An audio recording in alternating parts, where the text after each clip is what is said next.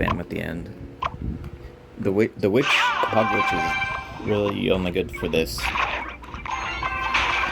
or in situations like this where it's a 100% counter. I'm gonna turn that down a little bit. Sorry, it messed with the voice settings, so I could have that specifically down a little bit more while not having to yell.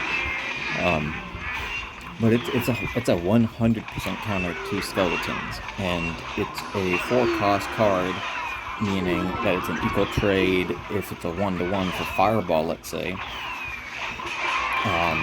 But I'm starting to look at the game in slightly different mechanic terms. So, obviously, Elixir.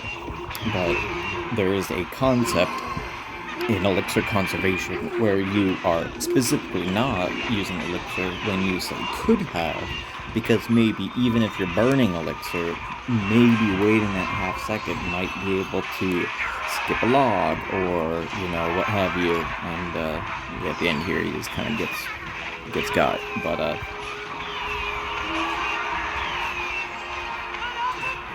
starting to think of things in terms of more of like, okay, that gave me +3, that gave me -2, like counting cards for Clash, right? Because you every top level player should always be memorizing their opponent's decks. I mean that should be quite standard. But also, if you can keep track of the deck, exactly what their elixir is at any point in the game, and this hog rush at the end is just fun. But